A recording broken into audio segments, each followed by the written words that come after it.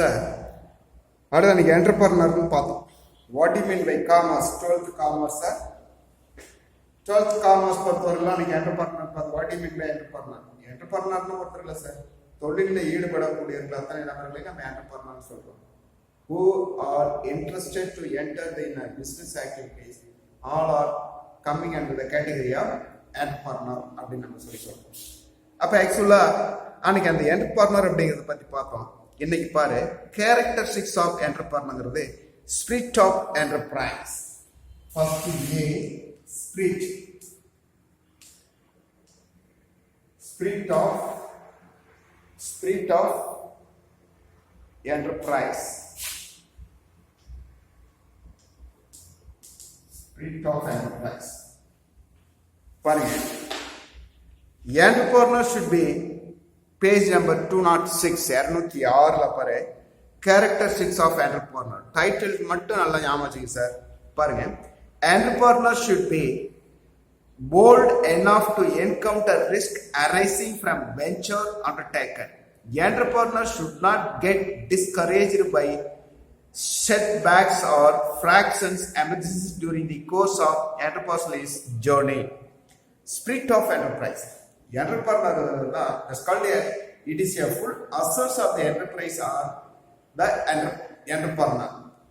One who enter into the business activity, the entrepreneur should get a maximum courage in from the all other activities. That's called a entrepreneur அப்படின்னு நம்ம சொல்றோம்.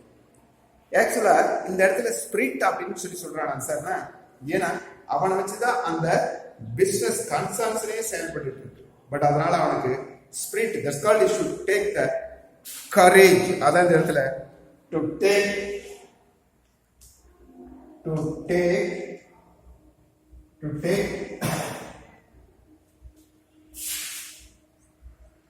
to take a risk. Answer B.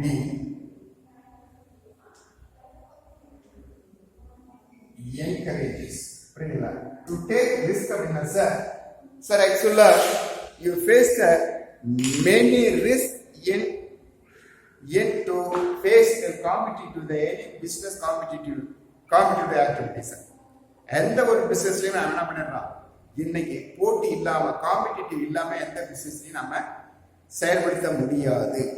அப்ப you may take the many risk in outsiders or neighbours or workers or so many other else. அப்ப நிறைய பேர்கிட்ட இருந்து நம்ம அந்த என்ன வரலாம், நமக்கு பல பிரச்சனைகள் ரிஸ்க் வந்துகிட்டே இருக்கும். But you may face it. புரியுதுங்களா? அதான் நம்ம ஒரு அழகான ஒரு ப்ரோவர்ப் சொல்லுவோம் sir, life is a struggle அப்படின்னா. Life is a struggle, face it. அப்ப life is a struggle, face it நம்ம என்ன அர்த்தம்? லைஃப் இஸ்ங்கிறது ஒரு கடவுளான இந்த வாழ்க்கை, நல்லது ஒரு கெட்டது ஒரு எவ்வளவோ பிரச்சனைகள் நம்ம ஃபேஸ் பண்ண வேண்டியது. அப்ப அதை நீ ஃபேஸ் பண்ணினா தான் நீ லைஃப் என்ன கொண்டு போக முடியும், ஈஸியா கொண்டு போக முடியும். இல்லை அப்படின்னா ஒரு சின்ன சின்ன பிரச்சனைகளை நம்ம ஃபங்க் ஆகணும்னு வச்சுக்கோங்க. அந்த ஃபங்க் ஆயிட்டோம் அப்படின்னா sir, you did not get the active result in your life. எந்த விதமான ஒரு இதையும் நம்ம என்ன பண்ண முடியாது, சாதிக்க முடியாது. அதான் லைஃப் இஸ் எ ஸ்ட்ரகிள் பேசிக்கலாம். அதே மாதிரி தான் பிஸ்னஸ்லையும் you face so many problems sir. புரியுதுங்களா? அப்போ அந்த ப்ராப்ளம்ஸ் எப்படி வேணாலும் அவுட் சைடர்ஸ் இருந்து வரலாம், நெய்பர்ஸ் இருந்து வரலாம், ஃப்ரெண்டு இருந்து வரலாம், ஃபேமிலிஸ் இருந்து வரலாம், அல்லது ஒர்க்கர்ஸ் இருந்து வரலாம். அப்போ எல்லா ப்ராப்ளத்தையும் நீ ஃபேஸ் பண்ணி கரெக்டாக கொண்டு போனீங்கன்னா தான் வழி நடக்குது. தட்ஸ் கால்ட் எ லீடர்ஷிப் குவாலிட்டிஸ்ன்னு சொல்லுவோம். அப்போ அந்த லீடர்ஷிப் குவாலிட்டிஸ் இருந்தால்தான் that's called a spiritual, that's called a spirit. அதுதான் சார் ஒரு பிஸ்னஸ் ஆர்கனைசேஷனுக்கு. அதனால தான் ரிஸ்க் பேர் பண்ணக்கூடிய கெப்பாசிட்டி வேணும். அதே மாதிரி to encourage, to entrepreneur should get a discouraged by frustration. அப்போ எந்த பிரச்சனையில் வந்தாலும் நான் ஃபேஸ் பண்ண முடியுங்கிறது கரெக்டாக கொண்டு போனீங்கன்னா தான் அந்த பிஸ்னஸை அச்சீவ் பண்ண முடியும். சின்ன சின்ன பிரச்சனைகள்லாம் நம்ம ஃபங்க் ஆனோம் அப்படின்னா சார் நம்ம எதையுமே பண்ண முடியும் இல்லைங்களா? அதான் ஸ்பிரிட் ஆஃப் என்டர்பிரைஸ். அடுத்தது பாருங்க, செல்ஃப் கான்ஃபிடன்ஸ். அதாவது செல்ஃப் கான்ஃபிடன்ஸ். அப்ப செல்ஃப் கான்ஃபிடன்ஸ் தமிழ் சொல்லுவாங்க தன்னம்பிக்கைன்னு சொல்லுவோம். பாருங்க, entrepreneur should have a self confidence in order to achieve high goals in business. அதாவது negative activities like inconvenience, discomfort, disappointment, or the rejection, frustration, and should not be easily set to remove that to make venture and grand success. Self confidence is essential to everybody. தன்னம்பிக்கைன்னு ஒன்று வேணும் sir. அதாவது நாம் என்ன பண்ண முடியும், நம்மளாலேயே சாதிக்க முடியும் அப்படிங்கிறது தன்னம்பிக்கை இருந்ததுன்னா கண்டிப்பா நாள் அச்சீவ் பண்ண முடியும். உதாரணத்துக்கு நம்ம என்ன பண்ணிடுறோம், போவோம் ஏதாச்சும் புக்கை எடுத்துட்டு இந்த புக்கை அப்படியே திருப்பி பார்த்துட்டு இந்த புக்காவது நம்ம படிக்கிறதாவது அப்படிங்கிற மாதிரி ஒரு அவநம்பிக்கை, தன்னம்பிக்கை, செல்ஃப் கான்பிடன்ஸ் இல்லாம உன் மேலே ஒரு நம்பிக்கை வரதில்லை இருக்கும். அதான் நம்ம செல்ஃப் கான்பிடன்ஸ் போவோம். அப்ப நம்மளால முடியும் அப்படின்னு நினைச்சு எதையும் செஞ்சேன்னா சார் ஈஸி நம்ம சாதிக்க முடியும். புரியுதுங்களா?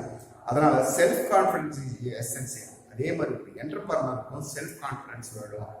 நம்மளால அச்சீவ் பண்ண முடியும், நம்ம கோலை ரீச் பண்ண முடியும், நம்மளால முடியாது எதுவுமே கிடையாது அப்படிங்கிறது தன்னம்பிக்கை மட்டும் வந்துச்சுன்னா சார் அந்த என்டர்பிரைஸ் ஆர்கனைசேஷனை கண்டிப்பா effective and to go the effective and efficient manner கொண்டு போக முடியும். That's called self confidence. அதே மாதிரி ஃபிளெக்சிபிலிட்டி சார். ஃபிளெக்சிபிலிட்டி பாருங்க, ஃபிளெக்சிபிலிட்டி சார் எதுலையுமே ஃபிளெக்சிபிள் வேணும் sir. Flexible that's called adjustment அப்படின்னு சொல்லுவோம். இந்த இடத்துல நம்ம ஃபிளெக்சிபிள்ங்கிறதுக்கு அட்ஜஸ்ட்மெண்ட். இப்போ டே டு டே லைஃப்லேயும் நம்ம என்ன பண்ணிடுறோம், வீட்டில் இருக்கோம் இல்லைங்களா? வீட்டில் இருக்கும்போது நமக்கு என்ன இருக்கணும் சார், ஃபிளெக்சிபிலிட்டி இருக்கணும் சார். ஃபிளெக்சிபிலிட்டி இந்த இடத்துல தமிழ் சொன்னா வளைந்து கொடுக்கக்கூடிய தன்மை. வளைந்து கொடுக்கக்கூடிய தன்மைனா that's called adjustment capacity. Adjustment capacity எப்படி இருக்குன்னா, இப்போ வீட்டில் இருக்கோம், இப்போ அப்பா அம்மா வீட்டில் இருக்காங்கன்னு வச்சுக்கலாம். அப்போ அந்த ஃபேமிலி ஸ்மூத்தா ரன் ஆகுது அப்படின்னா சார், ஃபேமிலி கரெக்டாக போயிட்டு இருக்கு, கரெக்டான ஃபேமிலி, நல்ல ஃபேமிலி அப்படின்னு நம்ம சொல்றோம் அப்படின்னா சார், அப்போ என்ன ஆகும், நம்மளுடைய அப்பா அம்மாவுக்கு அந்த ஃபிளெக்சிபிலிட்டி இருக்கு, அந்த குடும்பத்துல ஃபிளெக்சிபிலிட்டி இருக்கிறதால அந்த குடும்பம் ஸ்மூத்தா போகுதுன்னு சொல்லலாம். அப்ப ஆக்சுவலா நம்ம குடும்பத்துல இருக்கோம் அப்படின்னா சார், இப்ப நம்ம என்ன பண்றது, ஃபிளெக்சிபிலிட்டி. அம்மாவுக்கு உடம்பு சரியில்லை அல்லது அம்மாவால முடியல, எல்லா வேலையும் நம்மளால என்ன பண்ண முடியல, தொடர்ச்சியா செய்ய முடியல அப்படின்னா சார், நம்மளால முடிஞ்ச ஒரு சின்ன உதவிகள், புரியுதுங்களா? இப்ப வெளியில இருந்து தண்ணி எடுத்துட்டு வரணும், அந்த தண்ணி எடுத்து வைக்கிறது. அதே மாதிரி வேற ஏதாச்சும் பாத்திரம் பண்டெல்லாம் இங்கே இருக்கு, அதை எடுத்து கழுவி வைக்கிறது. இந்த மாதிரி ஒரு சின்ன நம்மளால சமைக்க முடியாது, நம்மளால என்ன பண்ண முடியாது, அந்த சாம்பார் இதெல்லாம் வைக்க முடியாதுன்னு வச்சுக்கலாம். அது அம்மாவுக்கு மட்டும் தானே, அவங்க அந்த 2 வேலையை மட்டும் காமிச்சிட்டானா மீதி நம்மளால முடியும். ஒரு அப்பாவால் என்ன முடியும், ஒரு தண்ணி எடுத்தாலும் உள்ளு வைக்க முடியும். அதே மாதிரி என்ன பண்ணிட முடியும், அந்த பாத்திரத்தை எடுத்து கழுவி வைக்க முடியும். இந்த மாதிரி சின்ன வேலைகள் செஞ்சோம்னு வச்சுங்களேன், அம்மா அந்த குறிப்பிட்ட டைத்து வேலையை முடிக்க முடியும். அப்ப என்ன ஆகும், அவங்களும் சேர்ந்து செய்றாங்க, நாமளும் சேர்ந்து செய்றோம், அந்த வேலை ஈஸியா முடியும். That's called a flexibility. அதே மாதிரிதான் இப்போ வீட்டில் நம்ம இருக்கிறோம் அப்படின்னா சார், இதே நம்ம வீட்டுக்கு வரோம், அப்ப அப்பாவும் ஜாபுக்கு வேலைக்கு போறாங்க, அம்மாவும் வேலைக்கு போறாங்க, நாம இருக்கிறோம், நம்ம ஸ்கூலுக்கு வரோம்னு வச்சுக்கலாம். நம்ம ஒரு +2 படிக்கிறோம் அல்லது +1 படிக்கிறோம் அல்லது 10th படிக்கிறோம்னு வச்சுக்கலாம். அப்ப ஆக்சுவலா அந்த குடும்பத்துல adjustment in between the family members. அந்த ஃபேமிலி மெம்பர்ஸ் மட்டும் அட்ஜஸ்ட்மெண்ட் இருந்ததுன்னா கண்டிப்பா இந்த families are going on in a smooth, அப்படியே ஸ்மூத்தா போயிட்டே இருக்கு சார். அப்ப என்ன பண்ணலாம் சார், காலையில எழுந்திரிச்ச உடனே அம்மா ஒரு வேலை வைப்பாங்க, புரியுதுங்களா? அப்ப அம்மா அன்னைக்கு அம்மாவால முடியல, எப்பயுமே ஒரு 4:30 எழுந்திரிப்பாங்களா, 5 o'clock எழுந்திரிப்பாங்க. அன்னைக்கு உடம்பு முடியல அப்படின்னா ஒரு 6 o'clock 6:30 தான் அவங்களால எழுந்திரிக்க முடியுதுன்னு வச்சுக்கலாம். அப்ப என்ன பண்ண 8:30 எல்லா வேலையும் முடிச்சாகணும்.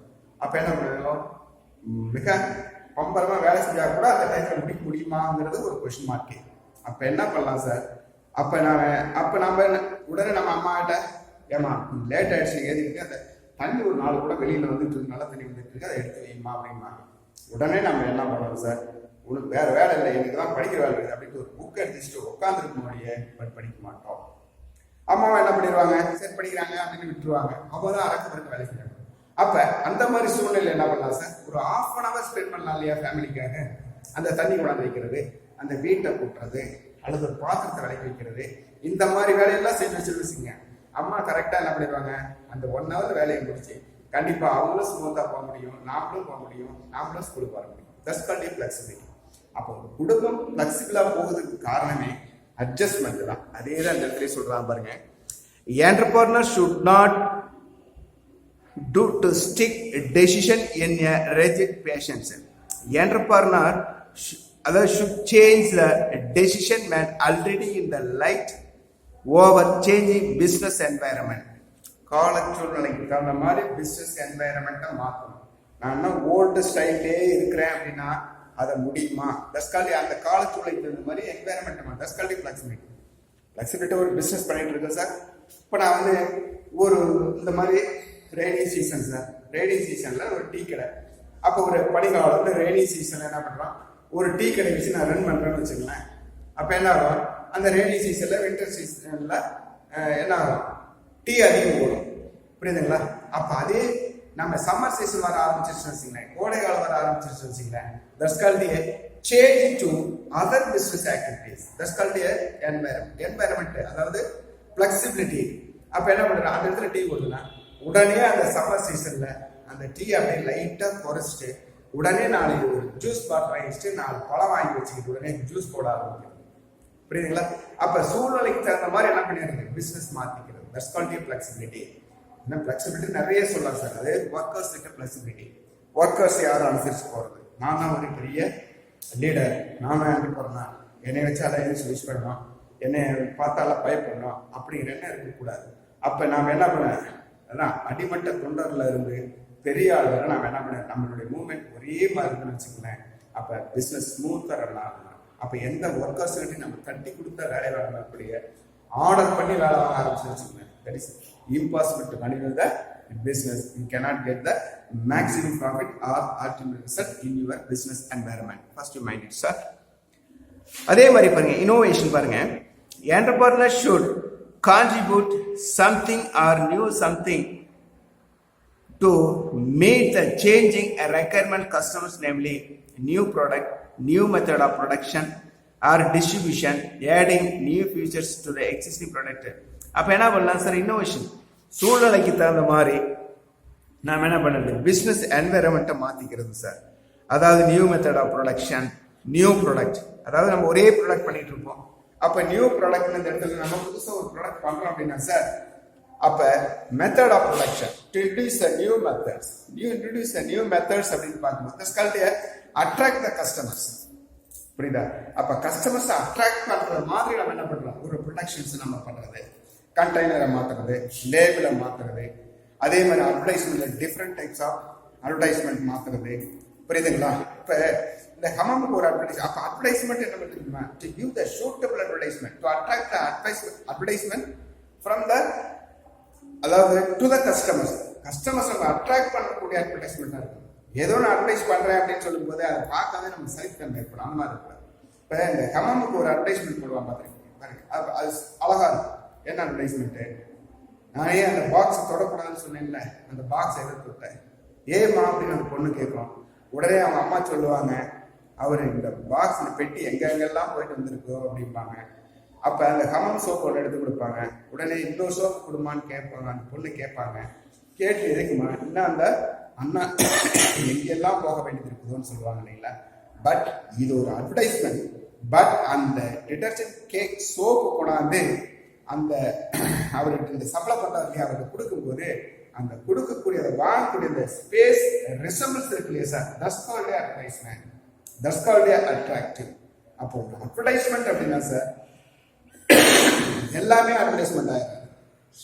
பட் அந்த ரிசம்பிள்ஸ் அப்போ என்ன ஆகும், அந்த ரிசம்பிள்ஸ் நம்ம கண்ணுக்குள்ளேயே இருக்கும் சார். அப்போ நம்ம ஏதாச்சும் ஒரு பொருளை பர்ச்சேஸ் பண்ண போறோம் அப்படின்னா சார் அந்த பொருளை வாங்கும். அதே தான் சார் ஒரு பிஸ்னஸை பொறுத்தவரை என்டர்பிரனர் இருந்தால் மட்டும் பத்தாது.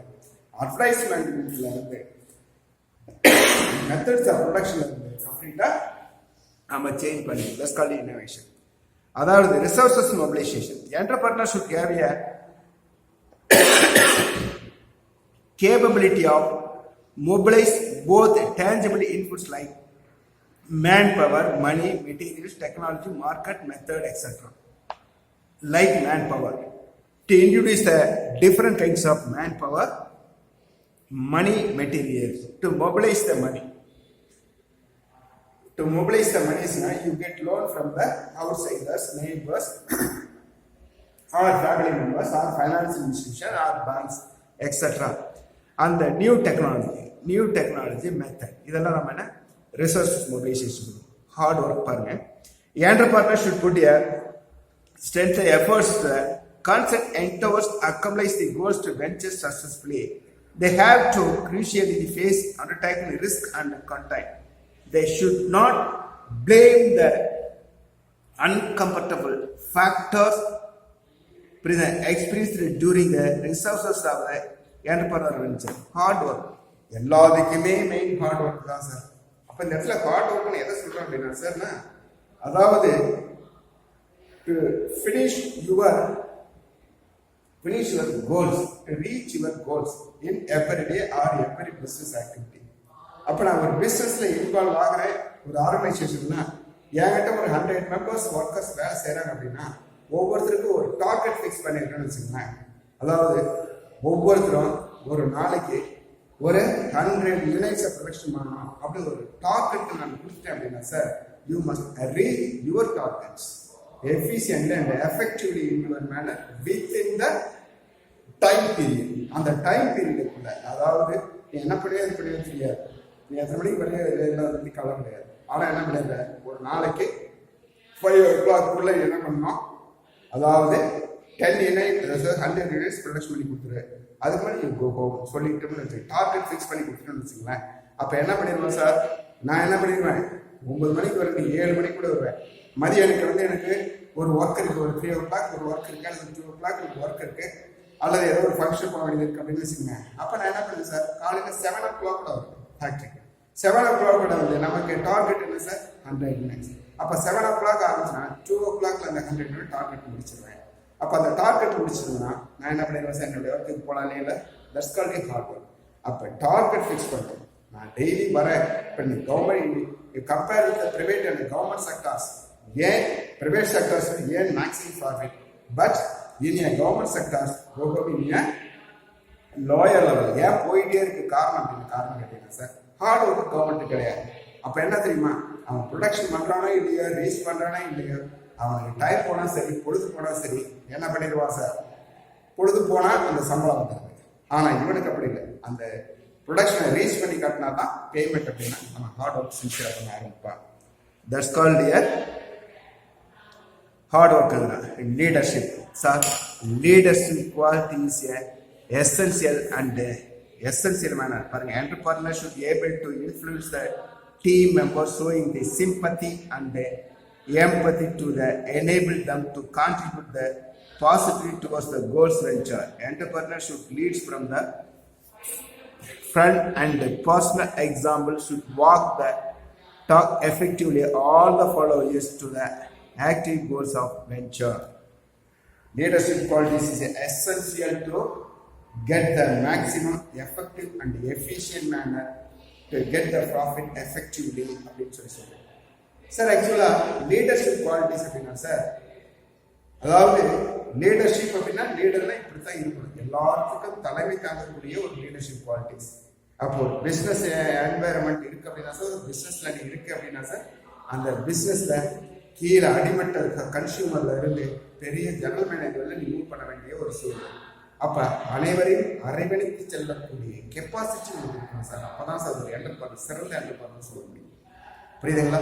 அப்ப ஈவன் ஒரு ஒர்க்கர்ஸ் ஃபேக்டரியில வேலை செய்யறாங்க அப்படின்னா சார், நான் உடனே என்ன பண்ணணும், ஒரு லீடர்ஷிப் இருக்கான்னு வச்சுக்கலேன். அப்ப என் ஃபேக்டரி வேலை செய்யறேன், திடீர்னு ஒரு ஆக்சிடென்ட் ஆகுது, ஒரு கை ஒடிச்சிருது, அது வேற ஏதாச்சும் ஒரு பிரச்சனை ஆகுதுன்னு வச்சுக்கலேன், உடனடியா நானே அந்த களத்துல இறங்கி என்னுடைய ஆஃபீஸ், என்னுடைய ஐ ஆஃபீஸ் வேலை செஞ்சாங்க, நானும் நேரடியாக அவனை போய் ஹாஸ்பிட்டல் பார்த்து என்னால் முடிஞ்ச ஒரு அமௌண்ட்டை கொடுத்து சரி பண்ணிப்பா, ஒன்றும் பிரச்சனை இல்லை, இன்னொரு 10 days லீவ் எடுத்துக்கோ, ஒன்றும் பிரச்சனை கிடையாது அப்படின்னு சொல்லி கம்ப்ளீட்டாக நான் அரவணைச்சு போகக்கூடிய கெப்பாசிட்டி மட்டும் இருந்தா சார், அந்த ஒர்க்கர்ஸ் என்னை விட்டு வேற எங்கேயும் வெளியே போகவே மாட்டான் சார்.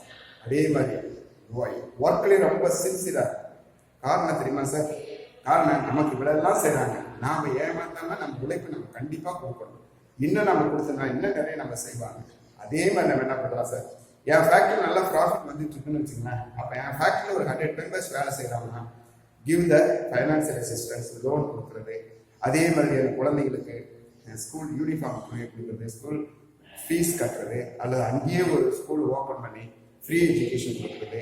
இதெல்லாம் ஒரு ஒர்க்கர்ஸை மட்டும் நான் அட்ஜஸ்ட் பண்ணி கரெக்டாக போயிட்டு வந்தேன்னு வச்சுக்கலேன் சார், ஒர்க்கை சின்சியராக இருக்கும். அப்போ லீடர்ஷிப் குவாலிட்டிஸ்னா எல்லாத்தையும் அனுசரித்து போகக்கூடிய கெப்பாசிட்டி நமக்கு இருந்தால் தான் சார் ஒரு தொழிலில் சிறந்து விளங்க முடியும்னு சொல்கிறோம். அடுத்து ஃபோர்சைட் பாருங்க. Entrepreneur should have a foresight to the visualize the future business environment.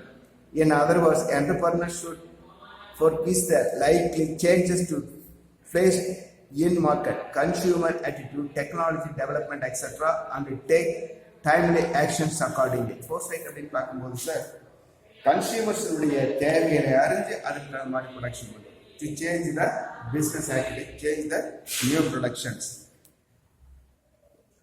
இதை சேஞ்ச் பண்ணக்கூடியதை நம்ம என்னன்னு சொல்றோம் சார், ஃபோர்சைட்னு சொல்றோம். அடுத்தது அனலிட்டிக்கல் எபிலிட்டி. அடுத்து பாருங்க, இந்த டெசிஷன் மேக்கிங் தான் ரொம்ப முக்கியம் சார். டெசிஷன் மேக்கிங் சில நேரத்தில் 2 mark what you will be decision making ஒரு கேள்வி கேட்டுருவாங்க.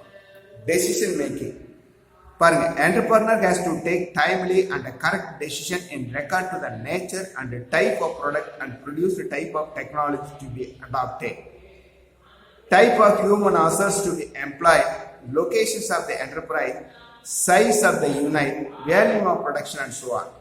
The very success of an enterprise hangs to promote the relevant decision made by the entrepreneur. அப்ப decision making is essential and effective manner. Decision making, that's called a correct and good decision making, sir. அதுதான் decision making. அப்ப decision making is a very very important. எந்த நேரத்துல எந்த முடிவு எடுக்கக்கூடிய, சில நேரத்துல to take the quick decision எடுத்தா, இப்போ மார்க்கெட்டில் நம்ம ஃபேஷன் சேஞ்ச் ஆகிட்டே வருது அப்படின்னா சார், அப்போ ஒரு ஃபங்க்ஷன்ஸ் வருது, ஒரு தீபாவளி வருது, அதுக்கு முன்னாடி சில ஃபேஷன்ஸ் சேஞ்ச் ஆகிட்டே வருது. நான் ஒரு டெக்ஸ்டைல்ஸ் வச்சுருக்கிறேன்னு வச்சுக்கலாம். அப்போ அந்த டெக்ஸ்டைல் என்ன சேஞ்சஸ் பண்ணலாம், அப்போ அந்த சேஞ்சஸ் பண்ணால் இந்த மார்க்கெட்டில் கன்சியூமர்ஸ் லைக் பண்ணோம் அப்படின்னா you take the decision immediately. Decision எடுக்கணும். அப்போ அது எடுக்கலாமா வேண்டாமான்னு யோசனை பண்ணிக்கிட்டே இருந்தேன்னு வச்சுக்கோங்களேன். அப்போ என்ன ஆகும் சார், அந்த பகுதியெல்லாம் முடிஞ்ச பிறகு அந்த டெசிஷன் எடுத்து பிரயோஜனம் இல்லை. அதான் டெசிஷன் மேக்கிங்கிறது. எந்த நேரத்தில் எந்த முடிவு எடுக்கணுமோ அந்த முடிவு இம்மீடியட்டாக எடுத்துட்டோம்னு வச்சுக்கோங்களேன், உடனே நம்ம பிஸ்னஸில் சக்ஸஸ் பண்ண முடியும். That's called a decision making.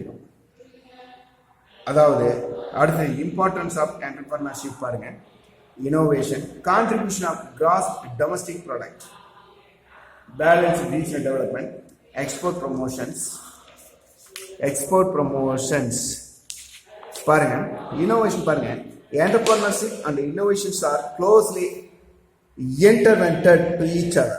It is no equation to say it cannot happen to the country without entrepreneurship. Entrepreneurs have contributed to small measures of economic development of any country by innovation.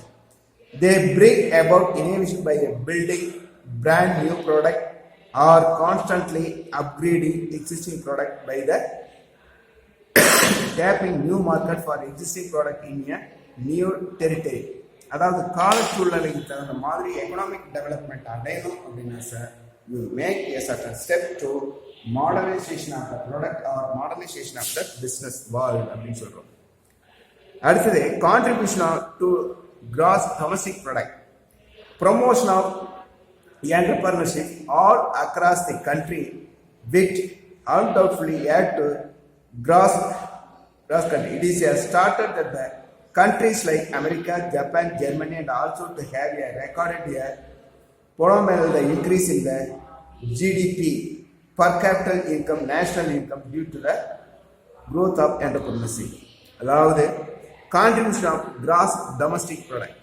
Sir domestic product அப்படின்னு பார்க்கும்போது domestic ப்ராடக்ட்னா நம் நாட்டினுடைய developed or economic activity of the nations. அப்போ ஆக்சுவலாக Germany அமெரிக்காலாம் இன்னைக்கெல்லாம் ஒரு வல்லரசு நாடாக இருக்கிறதுக்கு காரணம் தெரியுமா sir, the domestic product to earn the per capita income of the every person. Per capita income தனிநபருடைய வருமானம் அதிகரிச்சா ஆட்டோமேட்டிக்காக நேஷனலுடைய எக்கனாமி இன்க்ரீஸ் ஆகுதுறான். அதே மாதிரி டொமஸ்டிக் பிஸ்னஸ் அப்படின்னு பார்க்கும்போது சார் உள்ளூருக்கு வேலை எடுத்து ஒவ்வொரு தனிநபருடைய தேவைகளையும் நிறைவேற்றுவது தான் நம்ம என்னன்னு சொல்றோம் சார், அதாவது டொமஸ்டிக் ப்ராடக்ட்னு சொல்றோம். பாருங்க, balance regional development, encouragement of entrepreneurship in underdeveloped or undeveloped regions of country, the various incentives and concession is more likely to promote the balanced regional development across the country. Essentially checks the migration of rural population to urban centers in pursuit of employment. Balanced regional development. ஒரு balanced regional development ஆகணும் அப்படின்னா sir அனைத்தினுடைய பகுதிகளிலும் சரிசமமாக வளர்ச்சி பெற்றால்தான் நாம் தற்காலிய balanced region சொல்லுவோம். Take for examples நம்ம என்ன பண்றோம்னா ஒரு வீட்டில் என்ன நம்ம ஃபேமிலி இருக்காங்க, ரெண்டு பொண்ணு 2 பசங்க ஒரு பொண்ணு இருக்கான்னு வச்சுக்கோங்க எனக்கு ஃபேமிலியில். அப்போ 2 பையன் ஒரு பொண்ணு இருக்காங்க அப்படின்னா சார் எல்லாருமே நல்ல வெல் டெவலப், நல்லா படிச்சு நல்லா இது பண்ணி நல்ல ஒரு லெவலில் போறாங்க. That's called a good family. ஆனா அதுல ஒரு பையன் மட்டும் என்ன பண்ணிடுவான் அப்படின்னா ஒழுங்கா படிக்கல அல்லது வேற ஏதாச்சும் ஃப்ரெண்ட்ஸ் கிட்ட சேர்ந்துட்டு என்ன பண்ணிடுவான் அப்புறதே மற்ற அதாவது தீய பழக்கங்கள் எல்லாம் அதிகத்துக்கு தண்ணி போடுறது அந்த மாதிரி இந்த மாதிரி எல்லா வேலையும் செய்யறான்னு வச்சுக்கோங்களேன். அப்ப என்ன பண்ணலாம்னோட அவங்க ஃபேமிலி எல்லாம் நல்ல முறையில் டெவலப் ஆகி நல்ல முறையில் ரன் ஆகிட்டு இருக்கு சார். அப்ப நம்ம அப்பா அம்மா வளர்ச்சி அடைஞ்சவங்களை பத்தி கவலையே பட மாட்டாங்க சார். யாரை பத்தி கவலைப்படுவாங்க? அதாவது எல்லாரும் அவன் நல்லா இருக்காங்கன்னு சந்தோஷப்பட மாட்டாங்க. இவன் வாழ்க்கை இப்படி இருக்கே, இவன் என்ன பண்ண